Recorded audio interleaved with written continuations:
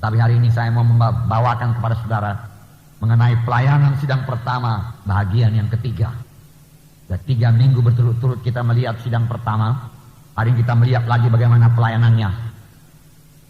Dalam Kisah Rasul pasal 19 ayat 1 sampai 11. Kisah Rasul pasal 19 ayat 1 sampai 12. 1 sampai 12. Kita akan membacanya bersama-sama. Bukalah Alkitab saudara. Dan kita mau Roh Kudus mengajari kita. Dan sepanjang pembacaan Alkitab ini biarlah kita biarkan Roh Kudus menerangkan firman-Nya ini kepada kita. Dan Roh Kudus sangat menekankan apa yang perlu, apa yang kita butuhkan pada hari ini. Apa yang akan kita kerjakan dalam hidup kekristenan kita. Sehingga semua kita memberi buah kepada Tuhan. Tuhan menuntut buah daripada kita masing-masing. Amin saudara. Bukan sekedar sampai keselamatan saja maksud Tuhan. Tetapi maksud Tuhan kepada kita semua yaitu supaya kita semua memberikan buah yang baik kepada Tuhan. Mari kita membaca. Kisah 19 ayat 1 sampai 12. Ketika Apolos masih di Korintus, Paulus sudah menjelajah daerah-daerah pedalaman dan tiba di Efesus. Di situ didapatinya beberapa orang murid. Katanya kepada mereka, "Sudahkah kamu menerima Roh Kudus ketika kamu menjadi percaya?"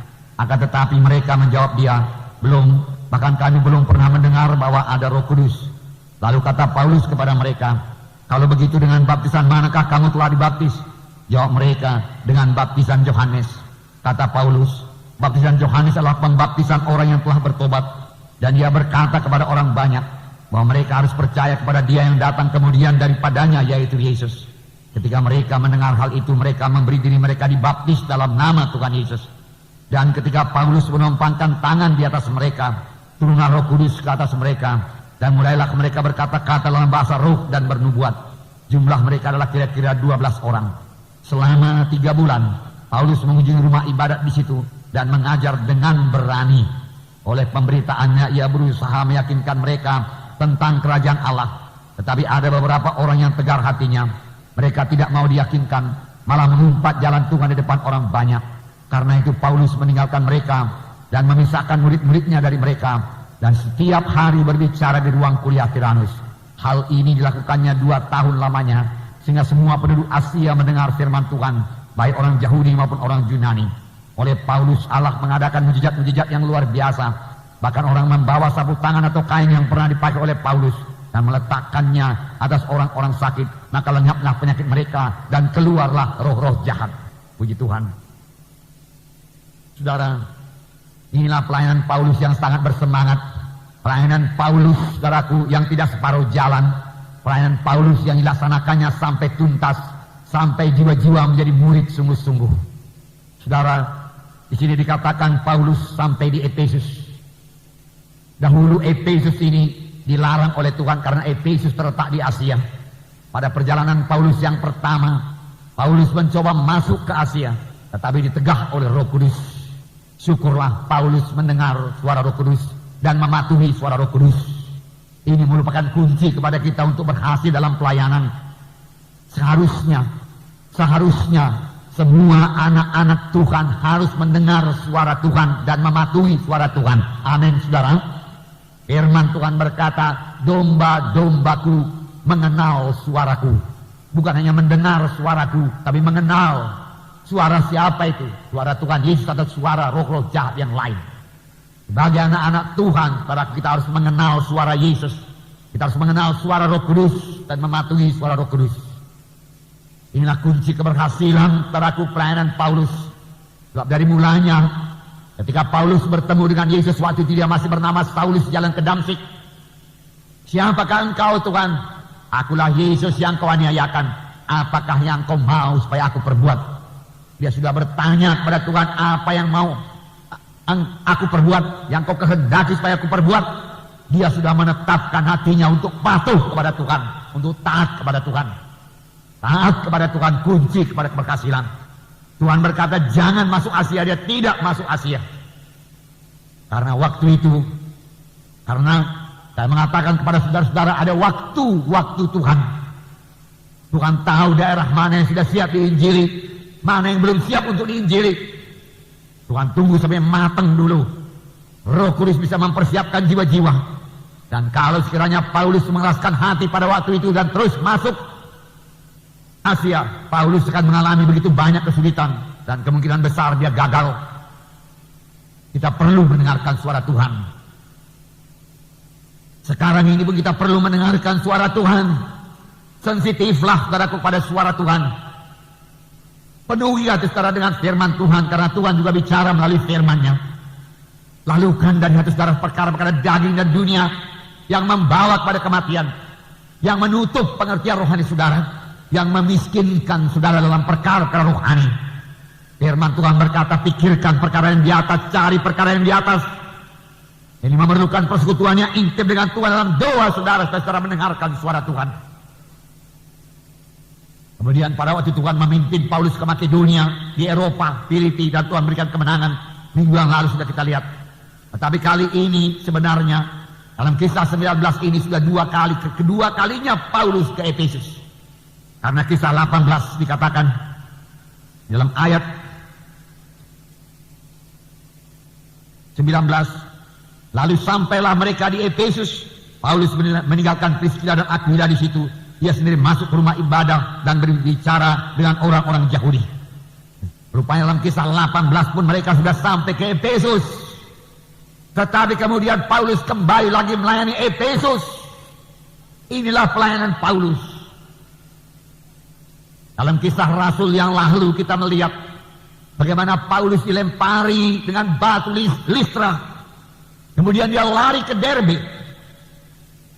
Kemudian saudara, Ikonium dan lain sebagainya. Kemudian setelah berapa waktu dia kembali lagi ke Derbe, kembali lagi ke Listra. Walaupun di Listra dia sudah dilempari dengan batu, dia saudaraku menanggung resiko, mau mengambil resiko kembali ke Listra untuk meneguhkan hati murid-murid supaya mereka kuat dan teguh dalam Tuhan. Perhatikan ini saudaraku, tujuannya tertulis dalam Alkitab supaya mereka kuat dan teguh dalam Tuhan, bertekun dalam iman. Dan yang ketiga yaitu Paulus menerangkan bahwasanya untuk masuk dalam kerajaan sorga kita harus mengalami banyak sengsara, mengalami banyak aniaya, banyak sengsara. Sengsara, aniaya, martir bukanlah hal yang mustahil pada zaman akhir zaman ini, saudaraku. Oleh sebab itu setiap anak-anak Tuhan harus kuat dan teguh dalam Tuhan. Dan datang kepada Tuhan Yesus untuk sampai kepada kerajaan yang kekal, yaitu sorga yang kekal, yang sudah disediakan Tuhan bagi saudara dengan rumahnya sekalian di sorga. Tetapi selama di dunia ini kita harus bertumbuh jadi murid Tuhan, dewasa dalam Tuhan. Jangan anak-anak, tapi bertumbuh menjadi dewasa, kuat dan teguh dalam Tuhan, bertekun dalam iman. Karena kan banyak goncangan-goncangan. Pujilah Tuhan, saudaraku. Nah, saudara, jadi saudaraku, Paulus saudaraku tahu pelayanannya di Efesus belum selesai. Tujuan Paulus yaitu menjadikan murid, bukan sekedar menjadikan petobat baru, bukan sekedar membawa mereka menjadi percaya membawa pada keselamatan saja. Itu sangat bagus dan memang harus dimulai dengan keselamatan. Tetapi ketahuilah saudaraku bahwasanya jiwa-jiwa yang baru selamat itu hanyalah bayi-bayi rohani yang tidak bisa bekerja buat Tuhan, yang tidak bisa melayani Tuhan. Paulus mau mereka bertumbuh menjadi dewasa, menjadi murid Tuhan, menjadi kuat dan teguh dalam Tuhan. Oleh sebab itu dia kembali lagi ke Efesus, bahkan yang menjelajah daerah-daerah pedalaman. Inilah semangat Paulus, inilah roh yang menyala-nyala yang ada pada Paulus, gerakan Roh Kudus yang luar biasa yang ada pada Paulus. Dan Roh Kudus yang luar biasa masih bekerja dalam kita sekarang.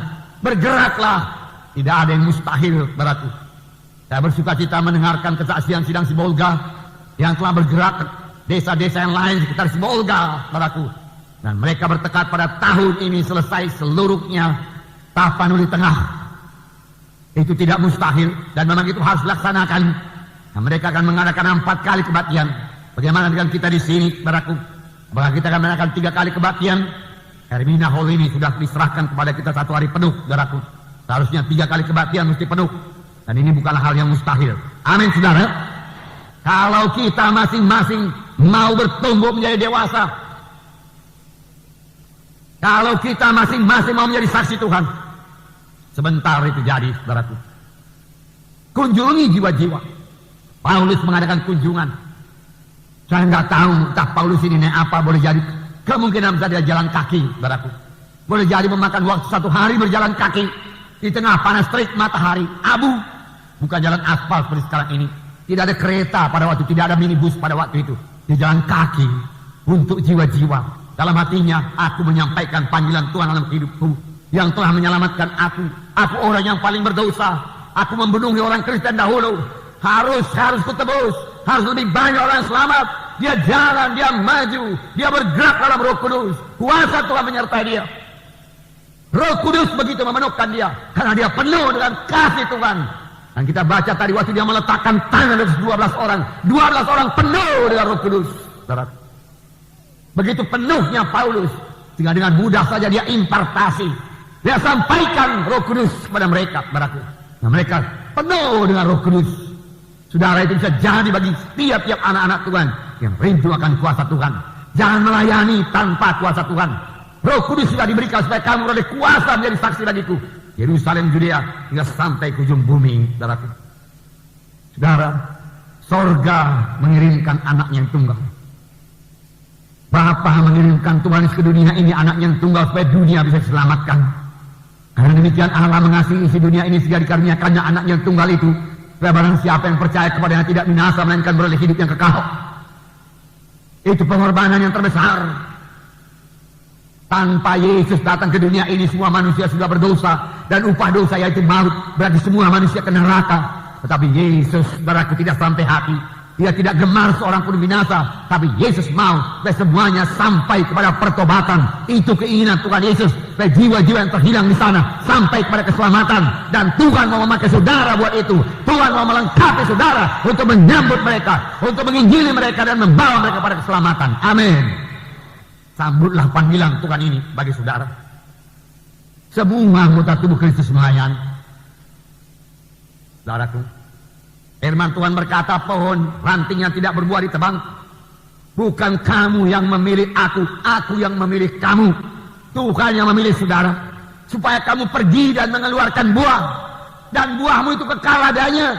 Supaya apapun yang kamu minta kepada Bapa dalam namaku, diberikannya kepadamu. Diberikannya kepadamu. Banyak doa-doa anak-anak Tuhan tidak dijawab oleh Tuhan. Salah satu sebabnya, yaitu karena dia tidak memenangkan jiwa. Tidak bergerak mengabarkan Injil. Tidak memberi buah kepada Tuhan. Supaya kamu pergi. Bukan menunggu. Bukan menunggu di rumah. Bukan menunggu di gereja. Bukan menunggu di KKS. Supaya kamu pergi. Supaya kamu pergi. Bagaimana Paulus menjelajah daerah pedalaman. Dan menemui 12 orang murid. Supaya kamu pergi dan mengeluarkan buah. Dan buahmu itu kekal adanya. Kekal adanya. Supaya apapun yang kamu minta kepada Bapa dalam namaku diberikannya kepadamu. Bagaimana supaya buah itu kekal adanya. Tidak cukup mereka sekali 2 kali saudara bawa ke gereja. Tetapi jadikan mereka murid Tuhan. Baptis mereka dalam nama Bapa dan Roh Kudus. Ajari mereka menerima baptisan Roh Kudus. Bawa mereka training. Ajari mereka firman Tuhan. Doakan mereka. Muridkan mereka. Tidak bisa memuridkan orang lain lagi. Inilah buah yang kekal. Amin. Miliki buah yang kekal. Jangan menjadi Kristen-Kristen yang miskin yang tidak memiliki buah. Dikerat ranting yang tidak berbuah. Dikerat, Tuhan berkata. Pekerjaan Tuhan tidak bisa dikerjakan hanya oleh pendeta-pendeta saja. Hanya oleh penginjil-penginjil, guru-guru agama, gembala-gembala sidang saja. Tetapi setiap anggota tubuh Kristus, setiap anak-anak Tuhan harus mengambil bagian di dalam menggenapkan amanat agung. Amin. Haleluya. Biarlah saudara bergemar menyambut pimpinan Tuhan ini, panggilan Tuhan dalam hidup saudara.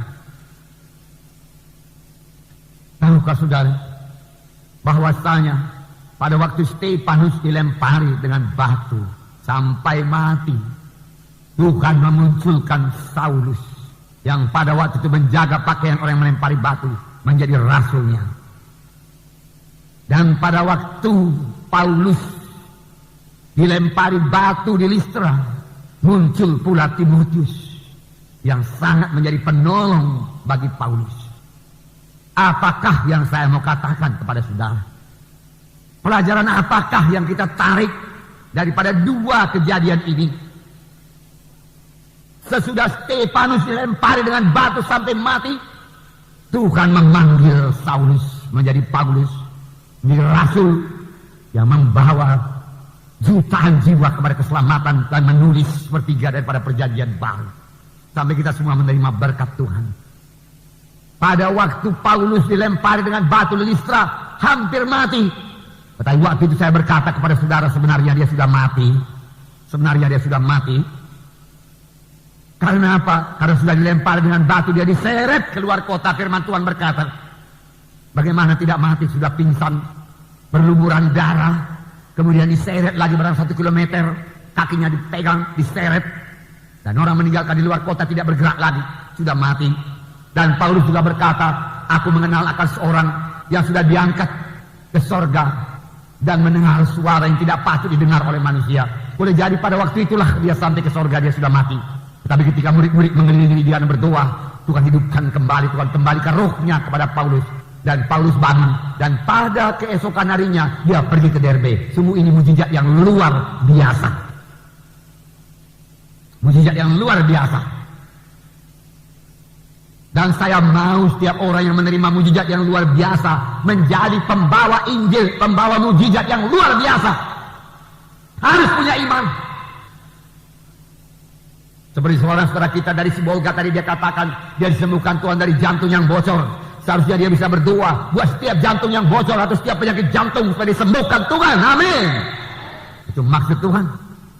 Dan sesudah itu muncullah Timotius, diselamatkan Tuhan. Boleh lihat Timotius selamat di Listra waktu itu, saudaraku. Dia lihat Paulus lempar dengan batu, dia tidak tahu Roh Kudus bekerja kepadanya, dan dia pun selamat. Saya mau mengatakan kepada saudara, kalau pekerjaan Tuhan, kalau penginjilan, kalau pemuritan dilakukan dengan pengorbanan yang besar, maka hasilnya juga besar. Hasilnya juga kuat dan kokoh. Amin. Tetapi kalau penginjilan dilaksanakan asal-asalan saja, asal siap saja, saudaraku, tanpa pengorbanan, sambil-sambilan, maka hasilnya juga sangat ringan, boleh jadi nihil sama sekali. Beri prioritas saudara untuk pengabaran Injil. Beri waktu saudara, prioritas saudara untuk menunjungi, untuk memuridkan, untuk memuridkan. Saudaraku, banyak jiwa-jiwa di kota Medan ini, banyak. Cari jiwa-jiwa baru, cari jiwa-jiwa yang belum selamat. Jangan ambil jiwa gereja lain yang sudah selamat, yang sudah lahir baru, apalagi sudah melayani di gereja itu, saudaraku. Saudara, jangan ambil mereka itu. Apalagi mereka sudah dimuridkan di sana, sudah diajari di sana, dan dia bisa bertumbuh di sana. Jangan tarik ke gereja kita. Itu merusak tubuh Kristus. Tuhan menempatkan dia di sana, apa hak kita menarik dia dari sana? Nanti kita tidak diberkati Tuhan, saudaraku, dengan jiwa-jiwa baru. Sekarang Tuhan memberkati kita dengan jiwa-jiwa baru. Cari jiwa-jiwa yang belum selamat, yang belum lahir baru, walaupun dia sudah ke gereja, tetapi dia belum selamat, dia belum lahir baru. Ambil dia, saudaraku, bawa pada keselamatan.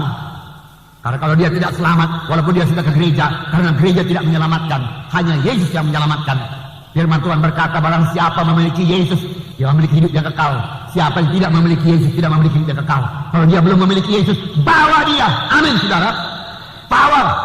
Masukkan pada keselamatan. Muridkan dia. Ajari dia. Kunjungi dia. Bawa dia kebaktian KKS. Bawa dia kebaktian minggu. Bawa dia baptisan. Saudara bekerja keras buat ini. Saudara berkorban buat ini. Sehingga saudara memberi buah buat Tuhan. Amin.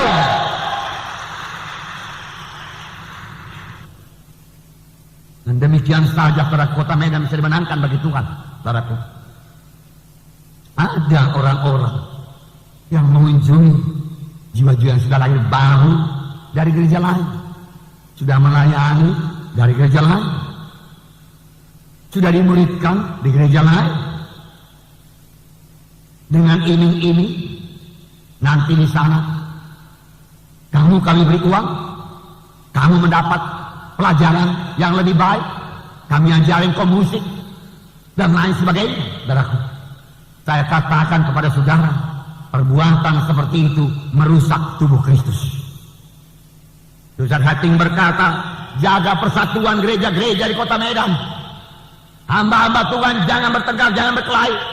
Gereja-gereja jangan kompetisi. Cukup banyak jiwa-jiwa di kota Medan ini. Dengar suara Tuhan. Kepada siapa saudara harus bersaksi? Kepada siapa saudara harus bersaksi? Kalau dia katakan saya sudah singers di gereja ini, saudaraku, nggak usah panggil lagi. Saya memainkan musik, saya tamborin di sana, nggak usah panggil, nggak usah panggil. Masih banyak jiwa-jiwa yang belum selamat. Suku Chinese perlu diselamatkan. Dengarkan suara Tuhan.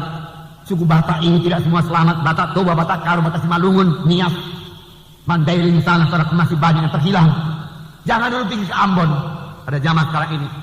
Saudaraku, ini bukan waktunya untuk Ambon, bukan. Saudara, saya pikir-pikir apa saya salah Tuhan. Dahulu kami bicara Ambon Tuhan. Kalau kami pergi ke Ambon Tuhan, apakah masih sempat dulu kami berdoa sabar sehingga tidak terjadi demikian rupa? Tapi saya juga menyadari kalau sekiranya kita memasuki Ambon pada waktu itu, waktu kita sangat sempit, tidak sempat membangun sidang, tidak terjadi kerusuhan. Jangan sampai terjadi demikian saudaraku di kota Medan ini. Oleh sebab itu, saya katakan kepada saudara, tolong Ambon dalam doa. Tolong. Kristen-Kristen di sana tahu berserah dan bersandar kepada Tuhan, mengerti akan kuasa Tuhan dan menyerahkan seluruh hidupnya kepada Tuhan. Bahwasanya saudaraku, daging tidak bisa dilawan dengan daging. Bahwasanya peperangan bukan melawan darah dan daging, tapi melawan roh-roh jahat di udara, kuasa-kuasa kegelapan di udara. Apakah mereka mengerti hal ini, saudaraku? Tetapi bagi kita masih ada kesempatan di kota Medan ini. Kita bisa berdoa. Sudah Hatim sendiri berkata, bagaimana saya harus mengatakannya? Dia katakan, saya mendengar berita dari CNN, dia katakan bahwasanya di Ambon ada kerusuhan dan ada provokator-provokator di sana yang menyebabkan kerusuhan tersebut. Dan dia berkata dalam CNN itu ada beberapa kota-kota lain yang dituju oleh provokator itu membuat kerusuhan, salah satunya itu kota Medan, kita juga mengetahuinya. Tetapi sampai sekarang itu tidak terjadi karena anak-anak Tuhan berdoa. Biarlah kita terus berdoa dan terus berdoa dan terus berdoa dan terus berdoa. Segala maksud rencana provokator-provokator membuat kerusuhan, kegagalan, ke penjaraan dan lain sebagainya, perampokan itu gagal total. Amin. Kita bisa berdoa buat ini, saudara. Kita bisa berdoa. Dan kita harus berdoa buat ini. Amin, saudara. Harus berdoa. Kita harus berdoa buat pemerintahan kita. Kita kurang berdoa. Harap pada hari-hari yang akan datang kita lebih mengerti berdoa. Untuk ini lebih banyak lagi mengadakan peperangan rohani. Dan bukannya mengusir roh penyakit, bukannya mengusir roh pencuri perampok, saudaraku. Itu roh yang kecil-kecil. Saudaraku, ada roh yang menguasai, saudaraku. Penghulunya dikatakan pemerintahan jahat. Dan itu kita perlu bersatu bersama-sama, saudaraku, untuk berdoa dan mematahkan semua rencananya, menggagalkan semua rencananya. Amin. Kita bisa melaksanakannya, saudaraku. Nah, puji Tuhan. Saudaraku, saya mau katakan pada saudara, dengarkan baik-baik, saudaraku. Kalau ada anak Tuhan yang pindah dari gereja semula, di mana dia selamat di situ, dimuridkan di situ, dan telah membuat komitmen kepada Tuhan, melayani di situ, sebenarnya dia sudah membuat satu janji kepada Tuhan untuk melayani dalam sidang tersebut. Dia telah bernazar kepada Tuhan untuk melayani di gereja tersebut. Kemudian dia pindah, maka dia telah melanggar nazarnya. Hati-hati. Tidak kebetulan saudara selamat dalam gereja kemenangan iman Indonesia ini. Saudara, apa alasan yang bisa diterima Tuhan untuk pindah dari satu gereja? Pertama, dalam gereja tersebut tidak ada keselamatan jiwa. Pindahlah dari situ. Kedua, dalam gereja tersebut dosa tidak ditanggulangi. Perzinahan, dosa kasar tidak ditanggulangi. Tidak didisiplin. Penyembahan berhala tidak ditanggulangi di situ. Tidak ada disiplin. Dibiarkan saja. Keluar dari situ. Karena kuasa Tuhan tidak akan ada di situ. Yang ketiga, kalau ada pengajaran sesat di situ, keluar.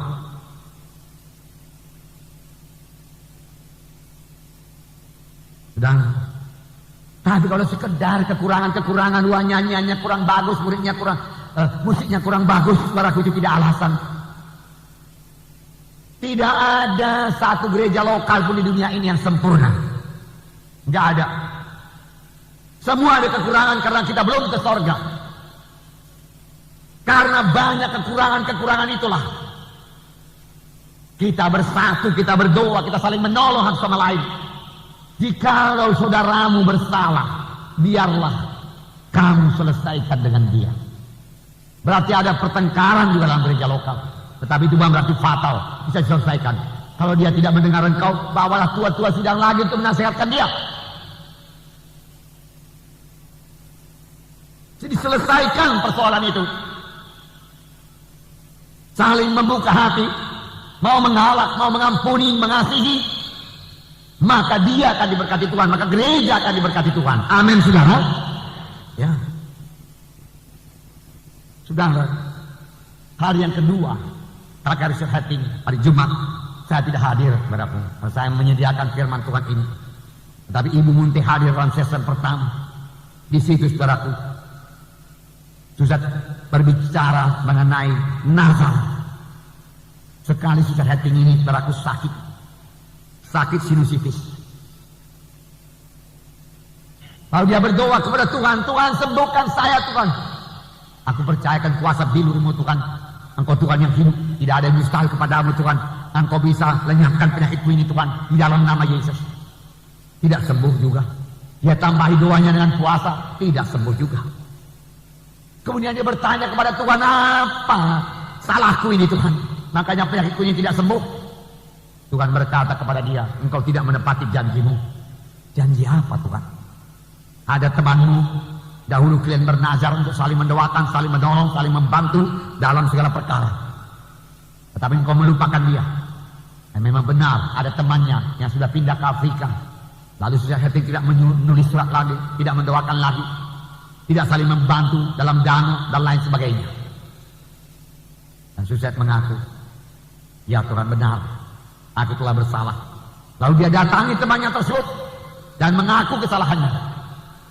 Ampuni aku tidak mendoakan engkau selama ini, aku tidak membantu, kita kurang berhubungan, padahal kita sudah bernazar untuk saling bersaudara, terus saling menolong seumur hidup kita. Maukah engkau mengampuni aku? Temannya berkata mau. Maukah engkau kita teruskan nazar kita tersebut?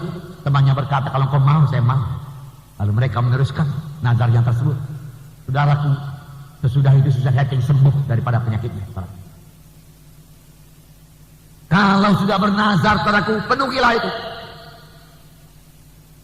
Banyak pintu-pintu terbuka kepada setan buat anak-anak Tuhan karena nazar, karena janji yang tidak ditepati. Penyakit tidak sembuh-sembuh, rohnya tidak bebas untuk memuji Tuhan.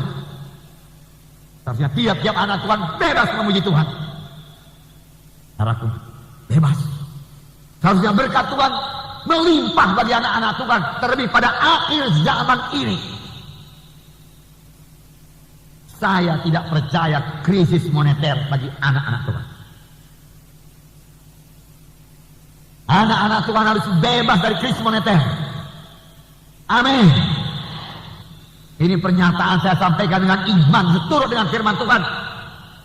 Karena Abraham ditolong Tuhan waktu bala kelaparan pada waktu itu. Ishak diberikan Tuhan 100 kali ganda. Dia bersebelahan ladang dengan orang Filistin, tapi ladangnya 100 kali ganda diberkati Tuhan lebih daripada orang Filistin pada zaman kelaparan. Tuhan selalu membuka jalan kepada anak-anaknya.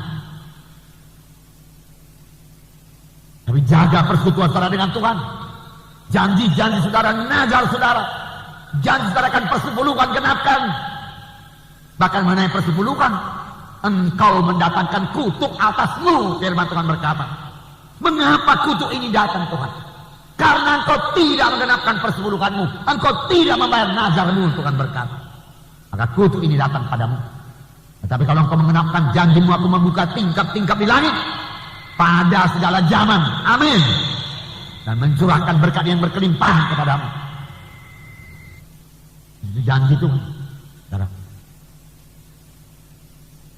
Dalam Nahum pasal 1, Mika Nahum ya.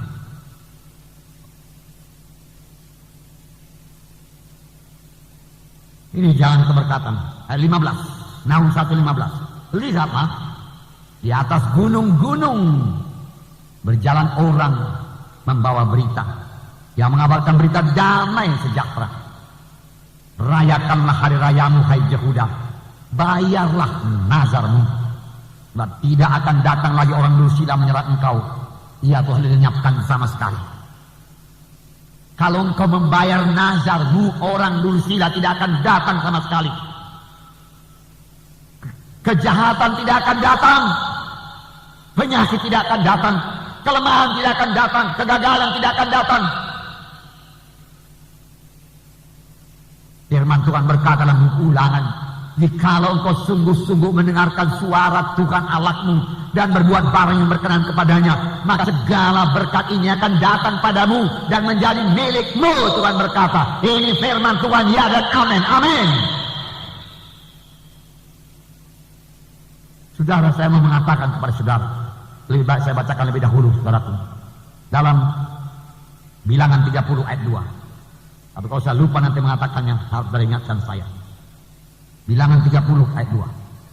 Apabila seorang laki-laki bernazar atau bersumpah kepada Tuhan sehingga ia mengikat dirinya kepada suatu janji, maka janganlah ia melanggar perkataannya itu. Haruslah ia berbuat tepat seperti yang diucapkannya. Jangan dikurang-kurangi, tepat seperti yang diucapkannya. Saudara, saya mau meneguhkan saudara, ini yang mau saya katakan. Para mahasiswa Institut Alkitab Rema, pada waktu mereka memasuki Institut Alkitab Rema, mereka menandatangani satu perjanjian, satu nazar, dengan berkata, saya hanya membangun gereja kemenangan iman Indonesia.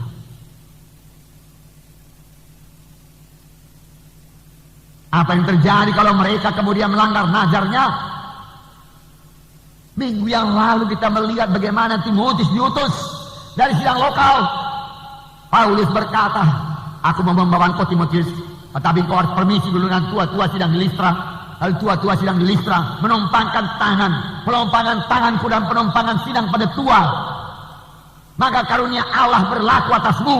Kemudian Paulus berkata kepada Timotius, janganlah engkau lupa mengobarkan karunia Tuhan yang ada padamu.